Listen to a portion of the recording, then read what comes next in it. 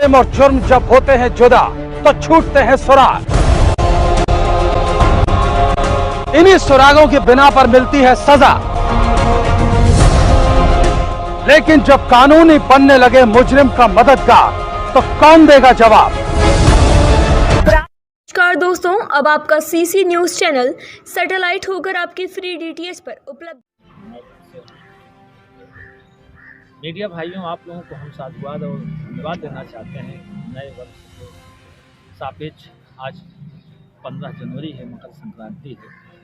मैं देश के 140 करोड़ जनता को शुभकामनाएं देना चाहता हूँ और इसी मकर संक्रांति के सन्निकट 22 जनवरी 2024 को भगवान राम की प्राण प्रतिष्ठा का जो है इस समय कार्यक्रम चल रहा है।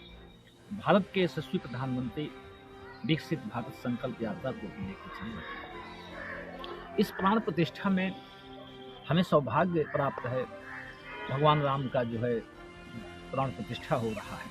लेकिन उसी जगह शंकराचार्य जी, श्री शंकराचार्य जी का जो अभद्र टिप्पणी है वो चारों वर्णों को चमार करके संबोधित कर रहे हैं। ये तो उस कालखंड की बात है जब 1440 में संत गुरु रविदास ने इसका जवाब दिया था कि चाम मांस अनुरक्त का तन का बना आकार, आंख पसारे देख लो सारा जगत चमार। क्या तमाशा मचा लिया है संतों ने। संतों के माध्यम से तो देश और समाज का निर्माण होता है, लेकिन उन्होंने जो अभद्र टिप्पणी किया उससे मैं असहज हूँ। देश के तमाम लोग असहज हैं और मैं इसकी निंदा करता हूँ कि इस तरह की टिप्पणी नहीं होनी चाहिए। और साथ में हम भारतीय जनता पार्टी के सहयोगी दल के रूप में, समर्थक दल के रूप में काम कर रहे हैं। हम चाहते हैं कि देश के यशस्वी प्रधानमंत्री की कर कमलों से प्राण प्रतिष्ठा का, भगवान राम की प्राण प्रतिष्ठा का जो संदर्भ है उसको ग्रहण किया जाए, शांतिमय तरीके से चलाया जाए।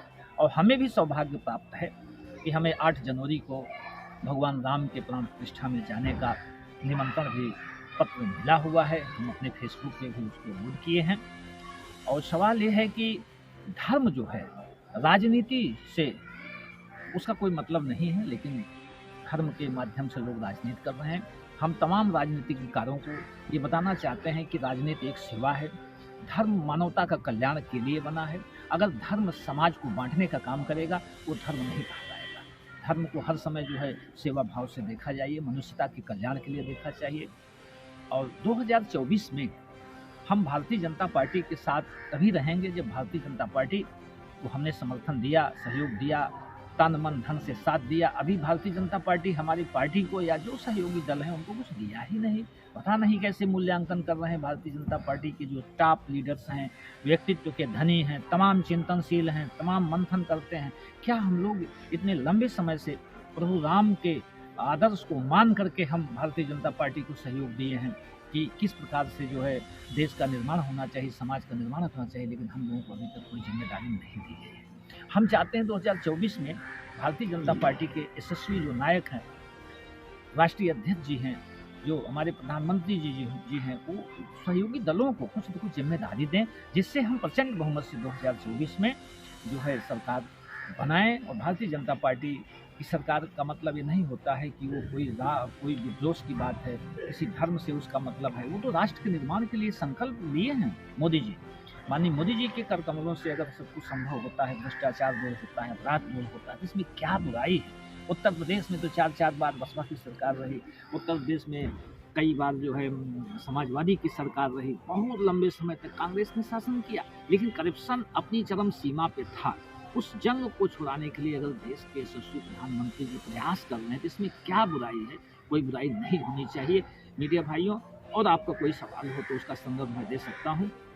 कोई उचित सवाल आपका है तो मैं उसका जवाब दे सकता हूँ। कोई सवाल आप पूछिए जो आपके मन में आए। 2024 को लेकर आपकी पार्टी बीजेपी को समर्थन भी दिया था, लेकिन अभी तक उन्होंने आपकी पार्टी या आपके लिए क्या किया है उसको।